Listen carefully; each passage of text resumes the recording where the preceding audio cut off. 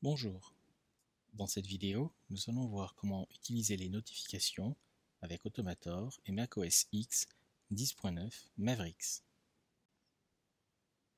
Mavericks nous propose une nouvelle action pour afficher les notifications. Cette action présente trois options, un titre, un sous-titre et un message qui s'afficheront tels quels dans la notification, que ce soit sous forme de bannière ou d'alerte. Vous les retrouverez également dans le centre de notification.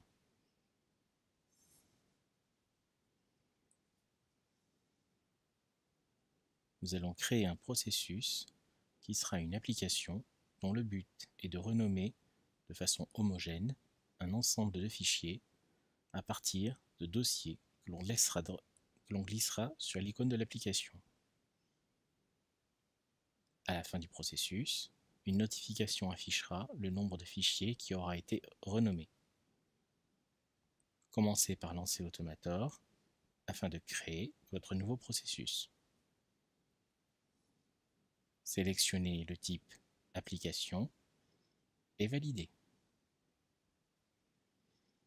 Dans un premier temps, nous allons commencer par filtrer les fichiers.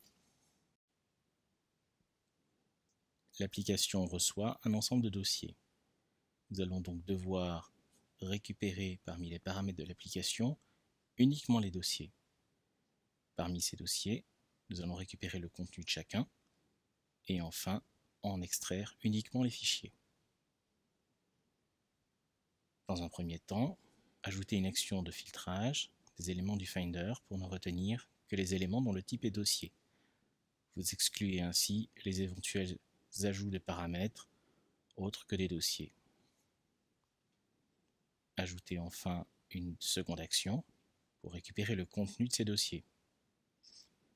À partir de là, le résultat de l'action sera la liste des fichiers contenus dans chacun des dossiers passés à votre processus. Parmi ces éléments de Finder, nous n'allons retenir que les fichiers. Ajoutez donc une dernière action, filtrer les éléments du Finder, de façon à ne retenir que les éléments dont le type n'est pas dossier. Vous avez donc en sortie une liste de fichiers. Nous pouvons passer à l'étape suivante, qui consiste à renommer les fichiers de façon homogène. Ajoutez à votre processus l'action Renommer les éléments du Finder en choisissant le mode de fonctionnement Rendre séquentiel. Nous allons ajouter un nouveau nom, placer un numéro après ce nom et le séparer par un tiret. Pensez à cocher l'option Afficher cette action si le processus est exécuté, de sorte que l'utilisateur puisse éventuellement personnaliser cette étape de votre application. Les fichiers sont renommés et la sortie de cette action sera la liste des fichiers renommés. Nous allons maintenant les compter pour afficher cette information à l'utilisateur.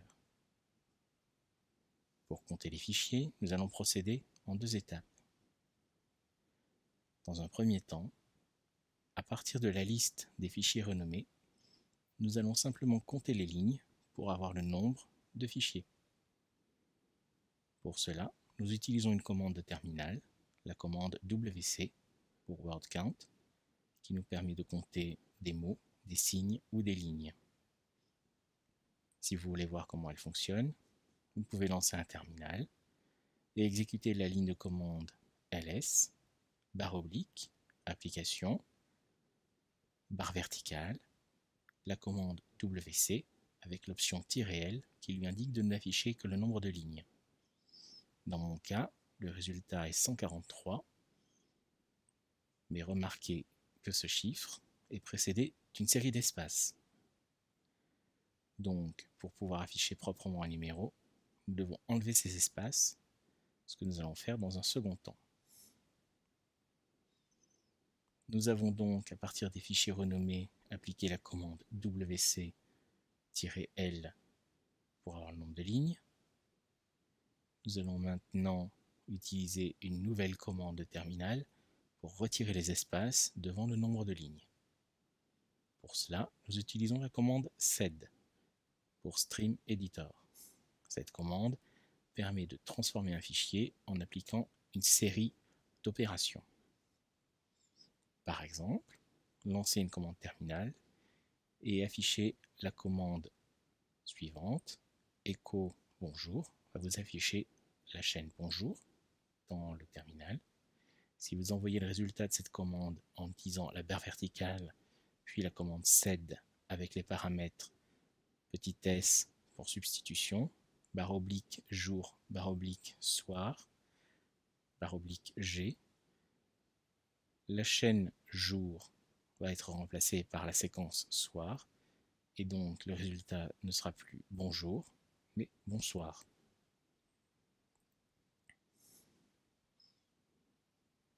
Nous avons donc, à partir de la liste des fichiers renommés, compté les lignes, et à partir des résultats, enlever les espaces en utilisant la commande sed, substitution, barre oblique, un espace, barre oblique pour supprimer les espaces, et l'option G pour indiquer qu'on le fait sur la totalité du fichier. Ajoutez maintenant une commande exécuter un script shell pour la commande WC. Vérifiez que les données d'entrée utilisent bien stdin et saisissez la commande WC, un espace, -L. Nous aurons donc le résultat du nombre de lignes. Ajoutez maintenant la commande exécuter un script shell pour la commande sed. Là encore, les données d'entrée utilisent stdin.